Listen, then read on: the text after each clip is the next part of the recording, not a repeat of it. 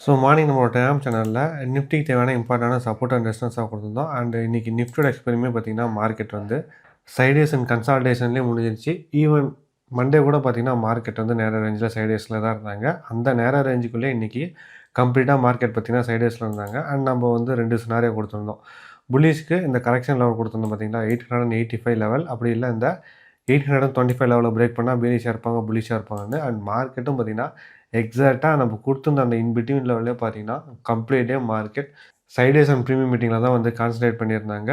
And figure பிக்சர்லேயும் எந்த ஒரு சேஞ்சஸும் இல்லை. ஸ்டில் பார்த்தீங்கன்னா மார்க்கெட் வந்து அந்த 200 EMA சப்போர்ட் எடுக்கிற தேரி அண்டு கன்சால்டேட் ஆகிறது. அண்ட் ஆல்ரெடி நம்ம கிளியராக சொல்லியிருந்தது வீக்கெண்ட் அனலைஸ்லையும் பேசுனது என்னென்னு பார்த்தீங்கன்னா மார்க்கெட் வந்து ஒரு ட்ரிகருக்காக வெயிட் பண்ணுது. அண்டு இந்த இடத்துலேருந்து மார்க்கெட்டை கீழே விழுகிறதுக்கு வாய்ப்புகள் ரொம்ப ரொம்ப கம்மி. நம்ம ஆல்ரெடி பார்த்துருக்குறோம். ஏன்னா இம்பார்ட்டண்டான கீ லெவல்கிட்ட நிஃப்டி மட்டும் கிடையாது, அதர் இண்டெக்ஸ், அதாவது ஹெவி வெயிட் இண்டெக்ஸும் பார்த்தீங்கன்னா வந்து முக்கியமான இண்டெக்ஸும் பார்த்தீங்கன்னா எக்ஸாக்டாக இந்த மாதிரி ஒரு கீ லெவல்கிட்ட தான் இருக்காங்க. So next leg of weakness அப்படிங்கிறது இதை பிரேக் பண்ணால் தான் இருக்கும். அப்படி இல்லை மார்க்கெட் வந்து ஃபார் கன்சால்டேட் ஆகிட்டு இருப்பாங்க. அண்டு ஒன்ஸ் ஒரு பாசிட்டிவ் ட்ரிகர் வந்ததுக்கப்புறம் மார்க்கெட் வந்து மேலே மூவ் ஆரம்பிப்பாங்க. ஸோ பேங்க் நிஃப்டியோட சினாரியோவும் வந்து அதே மாதிரி தான் இருக்குது. அண்டு மார்க்கெட் பார்த்திங்கன்னா இன்றைக்கி நிஃப்டியை கம்பேர் பண்ண கூட பேங்க் நிஃப்டி வந்து வீக்காக தான் இருந்தாங்க. அண்டு நிஃப்டி வந்து நேர ரேஞ்சில் கன்சால்டேட் ஆனதுக்கான மெயின் ரீசனானு பார்த்தீங்கன்னா IT sector. So IT sector இன்றைக்கி நல்லா பர்ஃபார்ம் பண்ணாங்க. அண்ட் ஈவன் நம்ம மார்னிங்கை கூட கிளியராக சொல்லியிருந்தோம்,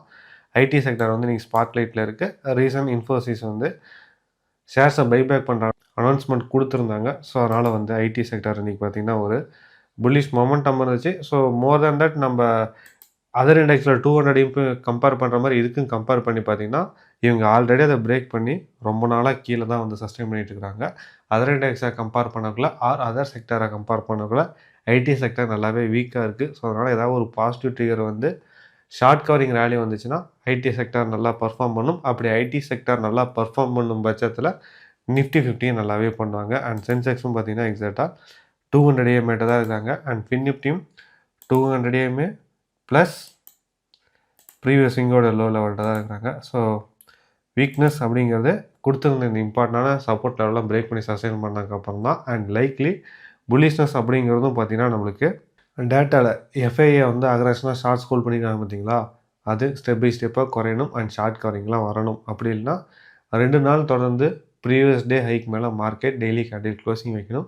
ஸோ இதில் எந்த ஒரு சைனுமே இல்லாத காரணத்தினால மார்க்கெட் பார்த்திங்கன்னா இந்த சப்போர்ட் லெவல்கிட்ட வந்து கன்சால்டேட் ஆகிட்டுருக்காங்க. ஃபின் நிஃப்டியாக இருக்கட்டும், பேங்க் நிஃப்டியாக இருக்கட்டும், ஆர் சென்செக்ஸ் ஆர் நிஃப்டி எல்லா மேஜர் இண்டெக்ஸுமே வந்து கன்சால்டேஷன் ஃபேஸில் இருக்கிறாங்க. அண்ட் இது வந்து கண்டினியூ ஆகும். ஸோ அதனால் இன்ட்ராடே பேஸில் வந்து மூவ் பண்ணலாம். ஸோ மார்க்கெட் பார்த்திங்கன்னா லாஸ்ட் 2 டேஸாக நேர ரேஞ்சில் போனதுனால இந்த லாஸ்ட் 2 டேஸோடைய ரேஞ்சை மார்க் பண்ணிங்க.